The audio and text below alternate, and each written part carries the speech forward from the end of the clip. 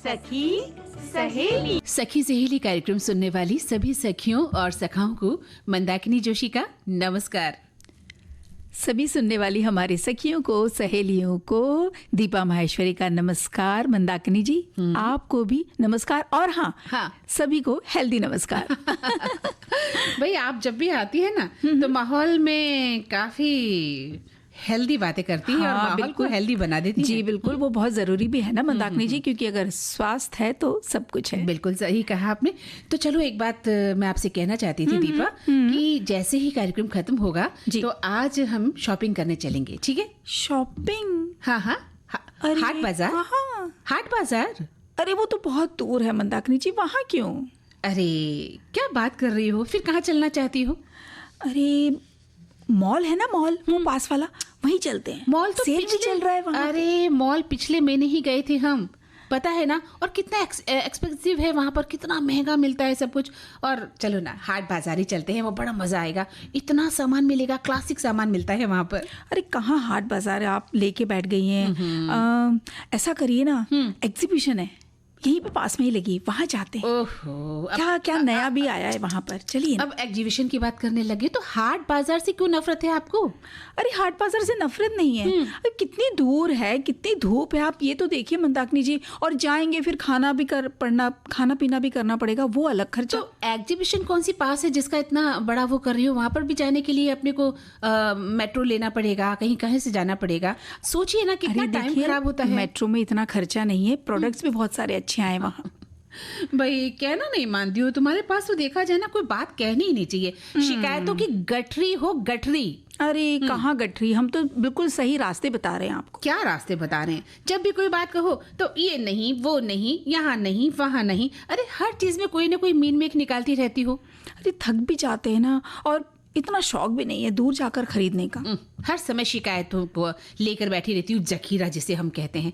अरे कभी तो मान लिया करो, कभी तो एक अच्छी प्यारी सी दोस्त हो, हमेशा बोर करती हो। अरे आप कहाँ बोर करते हैं, आप भी तो हमारी दोस्त है, अब हमने कहाँ शिकायत की बताइए। अरे चलो अब ज्यादा बातें मत बनाओ, कहाँ जाते हैं मुझे तो पता नहीं।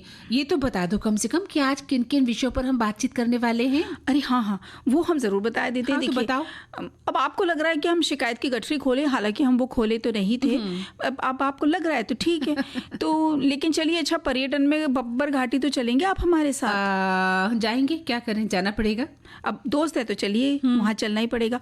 अब ये मत कहना आपकी मुझे कोई पसंद नहीं करता। हाँ ये तो बात सच है, मुझे कोई वाकई पसंद नहीं करता। ऐसा तो बिल्कुल भी नहीं है। नहीं, ये मेरा निजी अनुभव है। और हम अपने श्रोताओं से भी चाहते हैं कि वो अपने निजी अनुभव हमसे, जो निजी उनकी बातें हैं, शेयर करें कि उन्हें कोई क्यों पसंद नहीं करता। हाँ, और अगर ऐसा लगता है आपको कि नहीं ऐसा नहीं है तो वो भी बताइएगा। और साथ में शिकायतों की जो गठरी आज जो खोली थी हमने, इसके बारे में आपको क्या लगता है? क्या आपके घर परिवार रिश्तेदार में कोई ऐसा है जो हर चीज में कहीं ना कहीं तकरार लेके बैठ जाते हैं? तो वो बात बताइएगा जरूर। मतलब कोई बात पे सहमति होती ही नहीं है। घर में कुछ सदस्य ऐसे होते हैं कि आप उनसे कुछ भी कह दें, वो हर बात पे मीन मेख निकालेंगे, असहमति जताएंगे, और तो और त्योरी चढ़ा के नेगेटिव वातावरण पैदा कर देते हैं। जी है ना? जी बिल्कुल। तो आपके घर में क्या कोई ऐसा प्राणी है जो बात का बतंगड़ बना देता है? इस बारे में हम आपसे विचार आमंत्रित कर रहे हैं। जैसा कि अभी दीपा ने देखो बात का बतंगड़ बना के रख दिया, यहाँ नहीं जाएंगे, वहां नहीं जाएंगे, वहां चलेंगे, यहाँ चलेंगे। अब पता नहीं श्रोताओं हम कहाँ जाएंगे, ये तो समय ही बताएगा। जी तो ऐसे यार से तौबा। आप हमसे यार से तौबा। आप हमसे तौबा कैसे कर सकती हैं? आपको और हमारा जो करती है। ऐसा नहीं है, देखिए वो तो बातें जाने वाने वगैरह की हैं ये, लेकिन जो शिकायतें हैं वो शायद जो दूसरों में जो कमी ढूंढते हैं ना, अक्सर वो स्वभाव बनी जाता है। हाँ है ना? हमारे घर में, आसपास में, पास पड़ोस में, कहीं हम काम करते हैं वहाँ कहीं ना कहीं ऐसे लोग आपको मिल जाते हैं जो हमेशा नेगेटिव रहते हैं। मतलब वो हर बात में नकारात्मक ही आपका उनका रुख रहता है, और दूसरों में कमी ढूंढने वाले भी अक्सर जो है शिकायती स्वभाव के लोग हमें मिल जाते हैं। बिल्कुल, और एक अलग सी त्योरी चढ़ी रहती है उनकी, है ना? वो लगता ही नहीं है, जो शिकायत करते हैं, तकरार करने वाले को ये पता ही नहीं चलता है कि कहाँ खूबसूरत सा चेहरा बिगड़ता चला जाता है। बिल्कुल सही कहा आपने, बिल्कुल सही कहा कि आप भले ही कितने खूबसूरत हो, लेकिन आपका व्यवहार उतना ही बुरा है, गंदा है, तो वो खूबसूरती आपकी खत्म होती जाती है। और कई लोग ऐसे होते हैं दीपा, जो बहुत साधारण होते हैं, लेकिन उनके बोलने का अंदाज, उनका स्वभाव, उनकी मधुर बातें जो है हमारा उनका ध्यान लोगों को खींच लेती हैं वो। जी बिल्कुल। अब देखिए ना, हम जैसे सुबह सुबह आए, हम ऑफिस में मिलते हैं, बातचीत करते हैं। अब बातचीत कर रहे हैं, हम एक दूसरे से पूछते हैं कैसे हैं, तो एक स्वाभाविक सा जवाब होता है बिल्कुल ठीक है ना। और दिन के चलते आगे जब अगर दोस्ती बहुत थोड़ी करीबी वाली, तब हम बात कर भी देते हैं कि अरे कल रात देर हो गई, काम बहुत ज्यादा था, तो आज हमको थकान हो रही है। लेकिन मिलते ही आप सीधे ये अगर ढो दे सामने वाले के ऊपर, अरे हाँ उलाहना भी, और शिकायतें खुद के लिए करने लग जाए, हमारा तो सर बहुत दर्द हो रहा है, कल हमें बहुत नज़ला हो रहा है, जुकाम हो रहा है, बहुत तो थक गए, दूर भागने लग जाते हैं। बिल्कुल सही कहा। 24 घंटे जो माथे पर त्योरी चढ़ाता रहता है, ऐसे इंसान को कोई पसंद नहीं करता जी। और इनका असर आपके रिश्तों पर भी पड़ता है। आप अच्छे दोस्त हों या आप अच्छे रिश्तेदार हों या आप करीबी हों, लोग आपसे कतराने लगते हैं जी। और दूसरों को शिकायतों के बदले उनमें अच्छा ही देखिए ना। हर समय शिकायत की पोटली लेकर बैठे ही रहते हैं कुछ लोग, उनके पास शिकायत के अलावा कुछ होता भी नहीं है। असल में वो कुछ और सोच भी नहीं पाते शायद, क्योंकि वो एक हैबिट से बन गई है, आदत से बन गई है, तो उसी मोड़ पे या यूं कहें कि उसी राह पे ही चलते हैं। अब ऐसे में देखिए ना, सामने वाले में जो अच्छाइयां हैं वो नजर ही नहीं आ रही, और वो नजरअंदाज होती चली जाती है। बिल्कुल सही कहा आपने। ऐसे में माहौल कितना गंदा हो जाता है, माहौल कितना खराब हो जाता है। आप शिकायतों की गठरी लेकर बैठे हैं और आपकी शिकायत एक हुई नहीं, दूसरी शुरू, दूसरी नहीं तो तीसरी शुरू। आप कहीं ना कहीं यही ढूंढते रहते हैं कि मैं कब कहाँ कैसे उंगली दूसरों पर उठा सकता हूँ, उनकी कमी उनको बता दूं, उनको मैं कैसे बेइज्जत कर सकता हूँ, या यूं कहें कि उनका अपमान कैसे कर सकता हूँ। आपने उनकी अच्छाइयों को भुला दिया, उनके त्याग तपस्या को आप भुला देते हैं, दोस्ती को आप भुला देते हैं, रिश्तों को आप एक कोने में पटक देते हैं, और अपनी जो नकारात्मक आदत है उसको बनाए रखना आप बड़ा गर्व महसूस करते हैं। बिल्कुल, यानी कि शिकायतों की गठरी को हमें थोड़ा सा संभाल के थोड़ी छोटी करना। आपकी शिकायतें अगर जायज हैं तब तो सही बात है कि शिकायत होनी भी चाहिए, लेकिन शिकायतों की पोटली आपके पास रहती है 24 घंटे, आप शिकायतों से बाहर कोई बात ही करना पसंद नहीं करते, तो फिर लोग आपसे धीरे धीरे कटने भी शुरू हो जाएंगे और आपके रिश्ते खत्म हो जाते हैं। बिल्कुल, और छवि भी धूमिल होने लगती है, छवि धूमिल होती है, आपकी इमेज खराब होती है। बिल्कुल। और जैसे अभी आपने कहा ना कि आपकी पीठ पीछे वो बातें करेंगे, अरे देखो, या दूर से वो दिख गए, अरे देखो ये आ गए, और कहीं नाम भी रख दिया जाएगा, वो आ गई शिकायतों की पोटली, यहाँ से हटो। बिल्कुल बिल्कुल, लोग दूर भागते हैं जी। लोग आपको समझ लेते हैं कि आपके पास क्या मुद्दा है, आप किस तरह की बातें करते हैं, किस तरह की माहौल पैदा करते हैं, तभी लोग आपके नजदीक भी आते हैं। बिल्कुल। और एक संदेश है इसमें, वो पढ़ दे। ये एक हमारी सखी लिख रही हैं कि उनको ये शिकायत है, शायद ये शिकायत ही बता रही हैं कि हम लड़की हैं पर लड़कों को बहुत महत्व देते हैं। जब लड़का बड़ा हो जाता है तो माता पिता प्रसन्न होते हैं, और लड़की बड़ी हो जाती है तो थोड़ी सी परेशानी माँ बाप को लगने लगती है। तो ये एक शिकायत के तर्ज पे ही इन्होंने शायद लिखा है, क्योंकि इसके आगे पीछे उन्होंने कुछ नहीं लिखा, तो वो किस संदर्भ में लिखा है वो हमें जरूर बताएं। बिल्कुल नहीं, वो उनका कहना यही है, इनकी एक शिकायत है कि भी लड़कियों को जो है तवज्जो नहीं दी जाती है। अगर आपके घर में लड़का पैदा हुआ है तो ज्यादा खुशी बनाई, यानी कि वो एक शिकायत बता रही है। हाँ, एक शिकायत है जी। और एक श्रोता लिखते हैं कि हम तुम एक दूसरे से बात तो करते हैं, शायद ये वही शिकायत ही तो है जो हम एक दूसरे से जुड़े रहने का भरपूर प्रयास करती है।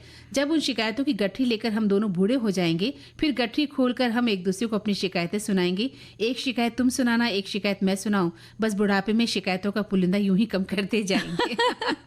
बिल्कुल सही कहा कि जो जवानी है आपकी, उसको तो आप अच्छे से बिताइए, मस्त होके खुशी के साथ, क्योंकि वो पल फिर नहीं आने हैं। बिल्कुल जब बुढ़ापा आएगा उस वक्त बैठिए, बुढ़ापा भी अच्छे से बिताइए, लेकिन हाँ, कुछ लम्हे आप पुरानी बातों को लेकर बैठ सकते हैं कि अरे काश ऐसा हो जाता तो हमारा जीवन और सुधर जाता। लेकिन आपने जवानी में भी शिकायतों की पोटली का एक अंबार लगा रखा है शिकायतों का, तो आपकी जिंदगी कैसे निकलेगी हुजूर? जी बिल्कुल, ये तो खुद उन्हें ही सोचना होगा।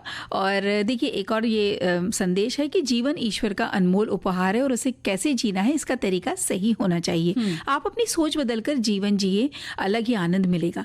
इसके लिए अपने अंदर देखें तो आपके प्रश्नों का उत्तर स्वयं मिल जाएगा। तो जो हो गया उसे भूल आगे जीवन जिए। अक्सर लोग पिछली बातों को लिए बैठे रहते हैं और परेशान होते रहते हैं।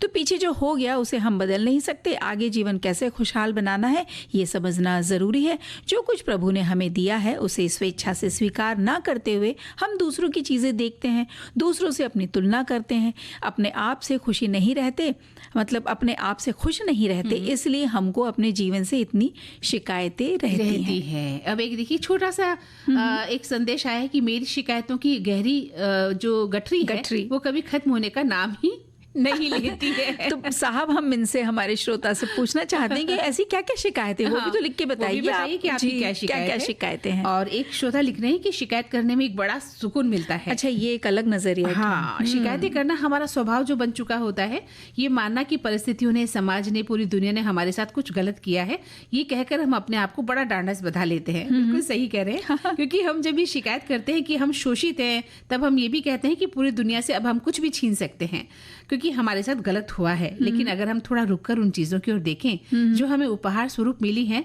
सिर्फ भेंट है जिनके लिए शायद जो योग्यता का या पात्रता चाहिए वो हम में नहीं थी, फिर भी हमें मिली है। और बहुत सी चीजें जो हमारे लिए महत्वपूर्ण हैं और हमको भेंट में मिली हुई हैं, तब हम शायद शिकायतों को कम कर पाएंगे और पाएंगे कि हम ज्यादा खुश हैं और हम मुस्कुरा भी सकते हैं। क्या बात है। अच्छा, ये शिकायत, आप गीत सुनाना चाहती हैं कि एक संदेश लेने? बताइए, लीजिए। यहाँ पर शिकायत के प्रकार बताए हैं। अच्छा।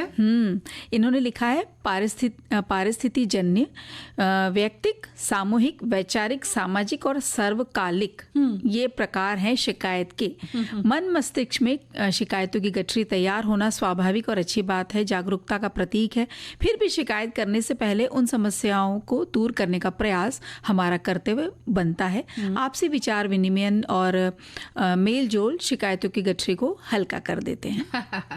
तो ये एक अलग उनका भी, हाँ, ये विचार बिल्कुल अलग था। हाँ, तो चलिए अब हमारे श्रोता ये ना शिकायत करने लगे कि देखो दोनों सखियां सिर्फ शिकायतों को बताने में लगी हैं। हाँ, तो जी दीपा, हमारे और श्रोता भी तो शिकायत लिख रहे हैं कि भाई हमें शिकायत है। जी, ये लिख रही हैं कि शिकायत और उसकी गठरी, बाप रे बाप, सजाए कैसे, और फिर सजा ही लिया है तो उस गठरी को खोलते रहने का भी अवसर नहीं मिला, तभी तो शिकायतों की गठरी का आकार ले लिया है। अब इतनी बड़ी गठरी बना ली है तो अपने ही सर पर कब तक ढोइएगा? अरे भाई, किसी न किसी के सर पर तो खोलिएगा ना। इसलिए ढूंढ लिया है उसे या फिर केवल गठरी ही बांधी है। अच्छा, ये कह रही हैं कि भाई अब जब गठरी आपने ले ही ली है तो अब आप कहीं ना कहीं तो खुद नहीं जब ढो पाते तो हम किसी और के सर पर वो डाल देते हैं। अच्छा, एक सवाल हमने पूछा था कि आप कुछ बताना चाह रही थी हमारी सखी, जिसका हमें प्राय समझ में नहीं आ रहा था। तो उन्होंने बताया कि अगर बालक कहीं चला जाए तो आपको डर नहीं रहेगा फिर कि चाहे वो रात को 3 बजे आए या 4 बजे, लेकिन अगर घर की बेटी रात को 3 या 4 बजे वापस आएगी तो आपको नींद नहीं आएगी कि अभी तक लड़की आई क्यों नहीं है। ये भी एक शिकायत है। ये भी एक शिकायत है। ये एक सही शिकायत लेकिन है। ये शिकायत सही है, लेकिन देखिए डर तो रहता ही है ना। अगर बच्चियां बहुत देर तक नहीं आती घर तो किस माँ बाप को वो चिंता नहीं लगता। लेकिन लड़कियों को शिकायत होती है कि भाई हमारे भाई लेट आते हैं, तो आप चिंता नहीं करती हैं और हमें बाहर नहीं जाने देते। जी, एक लिखते हैं कि इंसान की आंखों में कुछ अधूरे सपने होते हैं, दिल में कुछ रिश्तों के टूटने की कसक होती है, कुछ इच्छाओं को दबाने की चुभन होती है। सबसे पहली और आखिरी भूल यही है कि हम जीवन भर भटकते रहते हैं। जिस खुशी की तलाश में वो किसी सांसारिक रिश्ते में मिलती नहीं किसी भौतिक सुख साधन में मिलती है। शिकायत के भाव को खत्म करने के लिए धन्यवाद के भाव से खुद को भरना होगा। और सबसे पहला धन्यवाद आपको ईश्वर को करना है कि वो आपके साथ है। दूसरा धन्यवाद स्वयं को दें कि आपने स्वयं के साथ एक मजबूत रिश्ता बना लिया है और अब आपको अपनी खुशी के किसी अन्य के प्रेम और सहारे की जरूरत नहीं है। स्वयं से प्रेम करें, ईश्वर से प्रेम करें, धीरे धीरे ईश्वर की बनाई हर चीज से प्रेम करें और आपको प्रेम हो जाएगा और ईश्वर के प्रति धन्यवाद का भाव भी आएगा और शिकायत का भाव कम हो जाएगा। बिल्कुल, जब धन्यवाद का भाव बढ़ेगा तो शिकायतों की गठरी छोटी होती जाएगी। और एक श्रोता लिखते हैं कि शिकायत करना ये सर्वसाधारण बात है। ऐसा ही कोई व्यक्ति होगा जो शिकायत नहीं करता होगा या जिसके बारे में शिकायत ना होती होगी। लेकिन शिकायत वाजिब होनी चाहिए, नहीं तो सवेरे से रात तक छोटी छोटी बातों की तकरार होती रहती है। अच्छा, शिकायत करने का वक्त जब हमें कुछ काम नहीं होता या खाली पीली हम शिकायत करते रहते हैं। जी बिल्कुल। अच्छा, एक और ये भी बात है ना कि भाई अब अगर आपके 20 रिश्ते हैं तो 20 में से आप 20 को तो खुश नहीं रख सकते, है ना। वहाँ कहीं ना कहीं किसी को आपकी कोई एक बात अच्छी लगेगी, तो अगर 10 को कोई आपकी वो कोई एक आदत अच्छी लग रही है तो हो सकता है 5 को पसंद ना आए। तो ज़रूरी नहीं है कि आपकी हर आदत, हर चीज़ों को पसंद किया जाए, और उसके बदले में अगर आप शिकायत करने लगे तो वो भी बिल्कुल ठीक नहीं। और एक बात और है दीपा, कई बार हम लोगों को खुश करने के चक्कर में खुद बर्बाद हो जाते हैं। आपकी अपनी जिंदगी नर्क बन जाती है, क्योंकि लोग खुश होते नहीं आपसे। आप जिनको खुश रखना चाहते हैं अपनों को, वो आपसे खुश रहना चाहते भी नहीं है, क्योंकि उनके जीवन में नकारात्मकता भरी हुई है। वो क्रोध में, घृणा में, नफरत से, ईर्ष्या में, इससे भरे होते हैं। हम उनको खुश रखने के लिए अपना सारा कुछ बलिदान कर देते हैं, लेकिन अंत में शिफर यानी 0 ही हाथ लगता है, क्योंकि वो खुश होते नहीं और आप अपना सुकून और चैन खो देते हैं। तो एक श्रोता लिख रहे हैं कि शिकायत कर लो अजी कर लो, किसने रोका है। बड़े मजे की बात है, इसमें भी धोखा है। शिकायत भी कई प्रकार की है, जैसा कि आपने भी बताया था। और एक लिखते हैं कि भाई शिकायतों की गठरी, अरे भाई हम सब अपने अपने जीवन में शिकायतों की गठरी खोलकर ही तो रखते हैं। ये नहीं हो रहा, इतनी गर्मी क्यों है, क्या बिजली अच्छे से क्यों नहीं आ रही, या हमारे जीवन में जो हम चाह रहे हैं वो हमें नहीं मिल रहा है, सब कुछ हमारे साथ ही क्यों बुरा होता है। इन सब की शिकायत की गठरी खोलकर हम बैठ जाते हैं, लेकिन फायदा क्या। थोड़ी मेहनत कीजिए, थोड़ा सा अपने आप कोशिश कीजिए और दूसरों से शिकायतें करना बंद कर दीजिए। भगवान से शिकायत करना बंद कर दीजिए। शिकायतें करना सही है, लेकिन तब जब भी नाराजगी हो या आपसे कोई गुस्सा हो, लेकिन बिना मेहनत किए, बिना कोई काम किए आपको कुछ नहीं मिलेगा। और ना आप शिकायत कर सकते हैं, लेकिन वहाँ कीजिए जहाँ आपको ज़रूरत लगती है। कुछ लोगों की आदत होती है कि बिना वजह की शिकायतें करना, ये नहीं हो रहा, वो नहीं हो रहा, ये गठरी खोलकर बैठ जाते हैं। और मुझे लगता है कि आप अपने जीवन को बर्बाद ही कर रहे हैं, और ऐसा बिल्कुल मत होने दीजिए। बिल्कुल सटीक बात, बहुत सटीक बात उन्होंने लिखी है कि भाई इतनी नकारात्मकता अपने आसपास ठीक नहीं है। थोड़ा खुश रहिए और थोड़ी बातों को अपनी जो अच्छे आनंद के पहले उसे याद कर लीजिए ना। भाई शिकायत करने के लिए क्या जरूरत है। जो मधुर यादें हम उन्हें भी तो दोहरा सकते हैं। जीवन में अच्छा भी तो होता है, अच्छा भी होता है जी। आपके साथ अच्छा भी बहुत कुछ करते हैं, उन पलों को साझा कर लीजिए। और बच्चों के साथ हंसिए, बोलिए, खिलखिलाइए। आप अपना जीवन तो बर्बाद कर ही रहे हैं, साथ में आप अपनी आने वाली पीढ़ी, जो बच्चे हैं, उनका जीवन भी बर्बाद करते हैं, क्योंकि वो भी आपको सुनते हैं कि हमारे माता पिता दिन भर शिकायतों की पोटली लेकर बैठे रहते हैं, और हमारे घर के अन्य सदस्यों के पास शिकायतों के अलावा कोई बात ही नहीं है। तो धीरे धीरे वो भी यही सीखते हैं। बिल्कुल। और जब वो वैसा करने लगेंगे तो आप उनके लिए भी शिकायतें करने लगेंगे कि देखिए ये हमारा बच्चा तो ऐसा हो गया। लेकिन तब ध्यान नहीं रखते कि हम भी तो वही कर रहे थे। उन्हें हम यही तो चीजें उन्हें दिखा रहे थे, वो जो देख रहे थे वो उन्होंने सीख लिया, और जब उनकी बारी आई तो फिर वो करेंगे ही। और ऐसे में माँ बाप को गुस्सा आता है कि हमारे बच्चे दिन भर शिकायत लेकर बैठे रहते हैं। तब उन्हें पता नहीं होता कि ये वही शिकायतें हैं जो आप कभी किया करते थे, और बच्चों ने उसे आपसे ही अडॉप्ट किया है जी, है ना। भाई दीपा, आपकी शिकायतों की इस पोटली से देखिए मैं तो थक गई हूँ, है ना, थक कर चूर हो गई हूँ। मुझे कहीं घुमाने ले चलो, मेरा मन नहीं लग रहा है, मुझे अपने मन को बदलना है। मन को बदलना है ना, तो चलिए आज हम चलते हैं पब्बर घाटी। अच्छा, ये दूर भी है और खूब हमें यहाँ पे जाने में वक्त भी लगेगा, और यहाँ पर आप खूब सारी खरीदारी भी कर सकते हैं। अच्छा, फिर वहाँ शिकायतों की पोटली तो नहीं होगी ना आपके साथ? नहीं, वहाँ पर पोटली होगी मज़ों की, आनंद की और चाय की प्यालियों की। अरे वाह, क्या बात है। तो चलिए चलते हैं पब्बर घाटी। जी, ये मनमोहक घाटी है, शिमला से सिर्फ 100 किलोमीटर दूर है, और यहाँ का जो दृश्य है बहुत फलता फूलता दिखाई देता है। उत्तराखंड हिमाचल प्रदेश की सीमा के नज़दीक है ये, और ये घाटी हालांकि ऐसा लगता है अछूती सी है, लेकिन पास के जो चांशल दर्रे के कारण इसे कुछ प्रसिद्धि अभी मिलने लगी है धीरे धीरे। और पब्बर नदी जो इसमें बहती है, ये बहुत ज़्यादा, हमें इसको देखकर इतना मन आनंद से भर जाता है।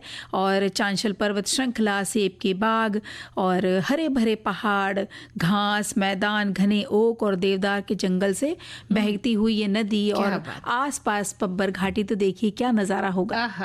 क्या बात है। बहुत ही आकर्षक दृश्य का हमें आनंद वहां जाकर मिलेगा, है ना। और रोहड़ू से बरहन घाटी दर्रा, इस मार्ग पर हरे भरे घास के मैदान है, शांत झीलें हैं, घने ओक हैं और देवदार के जंगल हैं। और स्थानीय चरवाहों के साथ लगभग 4500 मीटर की ऊंचाई तक चढ़कर बुरान घाटी दर्रे तक वहां पहुंचा जाता है, जहां से घाटी की आकर्षक दृश्य का आनंद भी हम ले सकते हैं। बिल्कुल।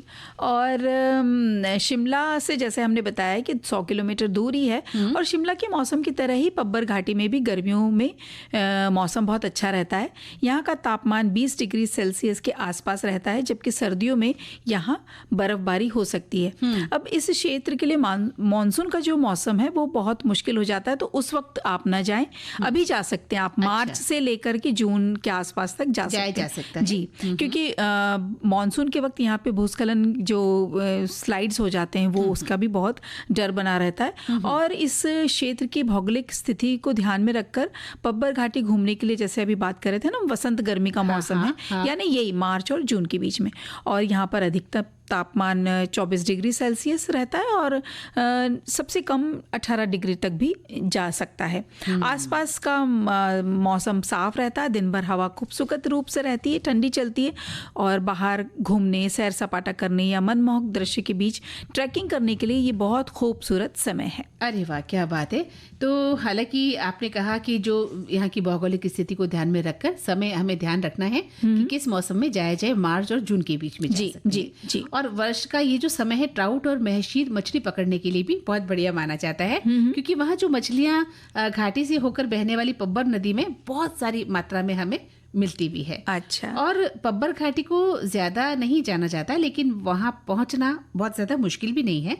नेशनल हाईवे 22 पब्बर घाटी के पास से गुजरता है, जिससे बस, टैक्सी और निजी कार के जरिए सड़क मार्ग से वहां पहुंचा जा सकता है। और शिमला से एक आसान ड्राइव करने योग्य एक मार्ग जाता है, वो आपको सीधे घाटी तक भी ले जाता है। बिल्कुल। और पब्बर की सुरम्य घाटी शिमला से सड़क मार्ग से बहुत अच्छी तरह से जुड़ी हुई है, और शिमला पहुंचने के लिए आप अपनी पसंद का कोई भी परिवहन साधन आप चुन सकते हैं। हवाई, रेल, सड़क, जो जैसे जाना चाहते हैं वैसे जाइए, और फिर वहां से घाटी तक पहुंचने के लिए तो वैसे लोगों का ये कहना है कि सड़क का जो रास्ता है वो सबसे अच्छा है, वो ज़्यादा सही है, तो उस तरीके से ही आप जाएं।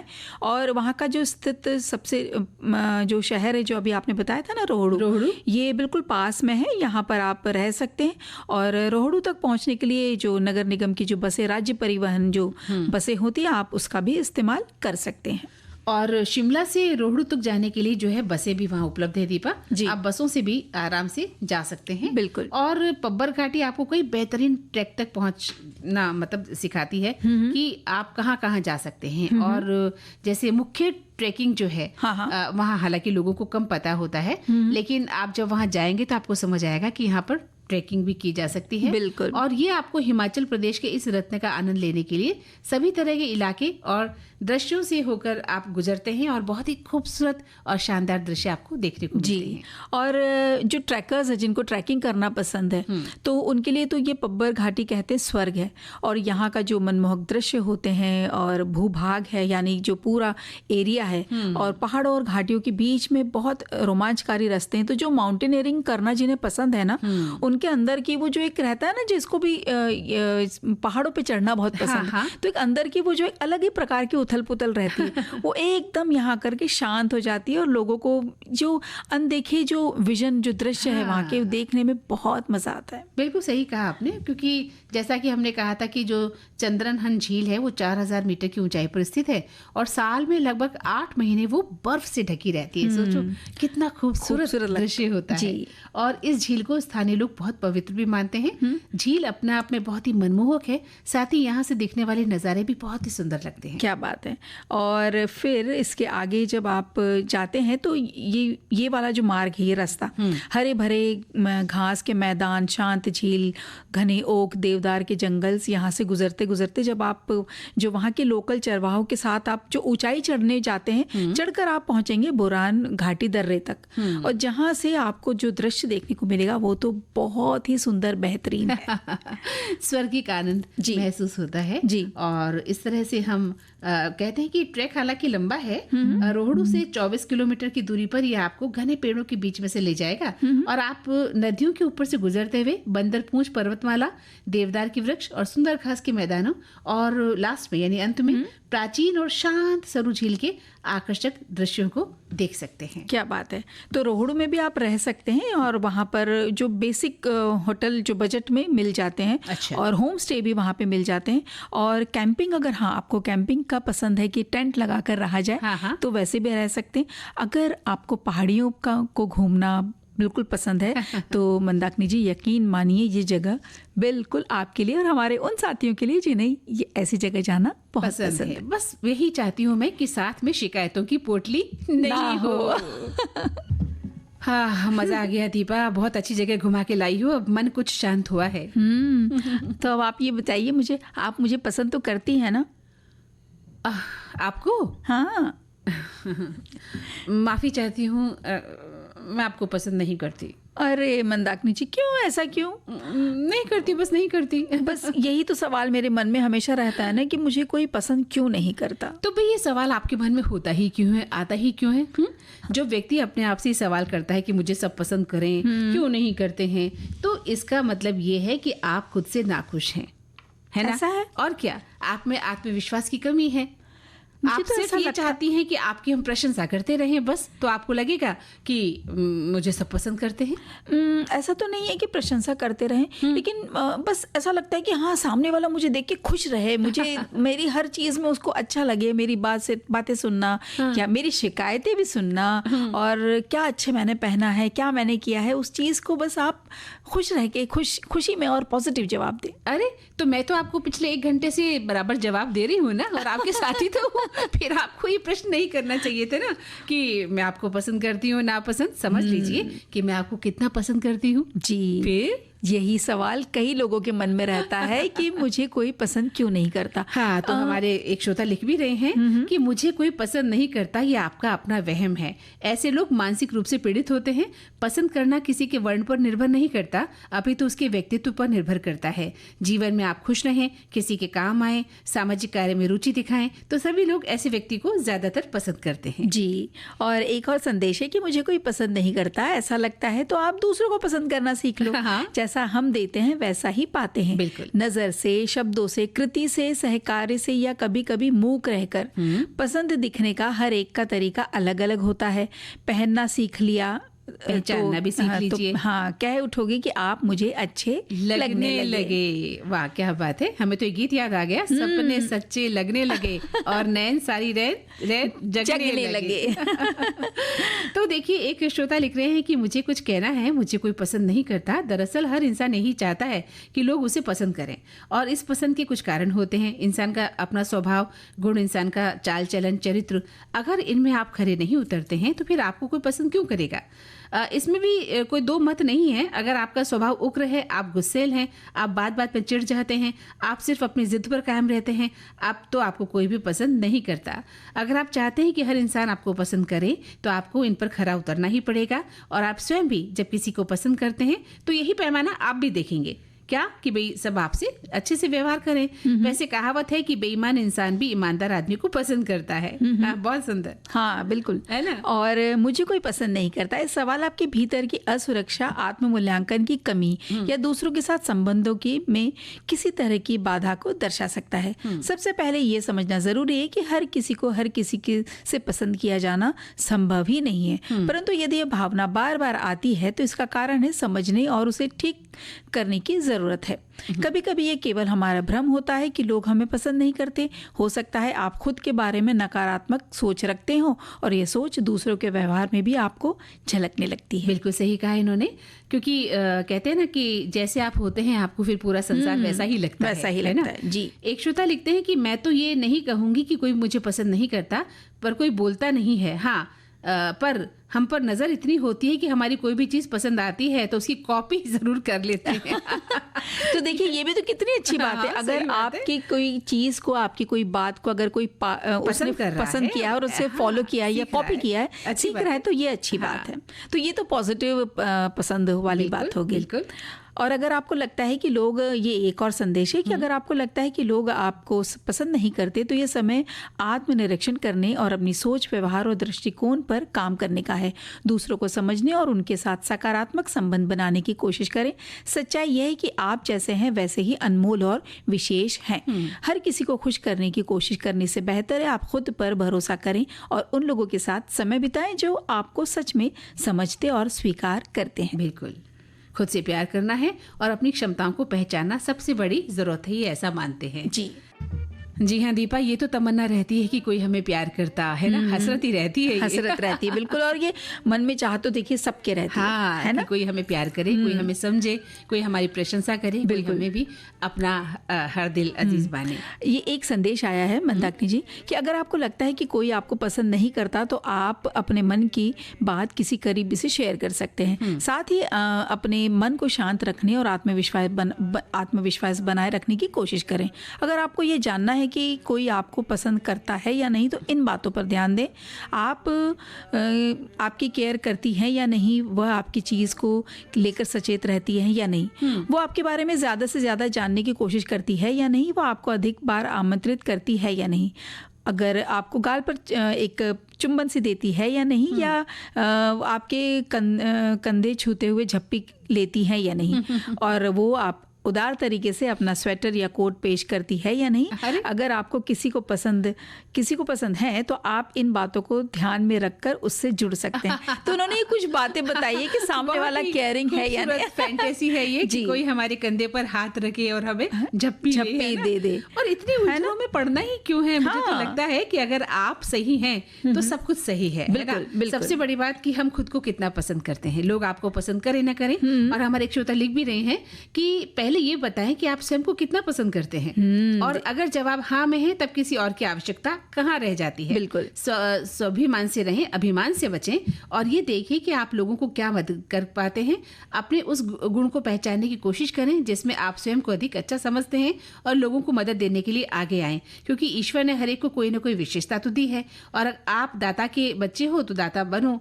मांगो नहीं कि कोई प्यार दे, सम्मान दे, उल्टा बांटो। जितना बांटेंगे पलटकर वापस ब्याज के साथ आपको मिलेगा। बहुत ही सुंदर कि हम दूसरों से उम्मीद करते हैं कि वो हमें सम्मान दे, प्यार दे, हमसे डरे, हमारे सामने झुक के रहे। हम खुद कैसे होते हैं, पहले खुद पर नजर डाली जाए कि क्या हम इस लायक हैं।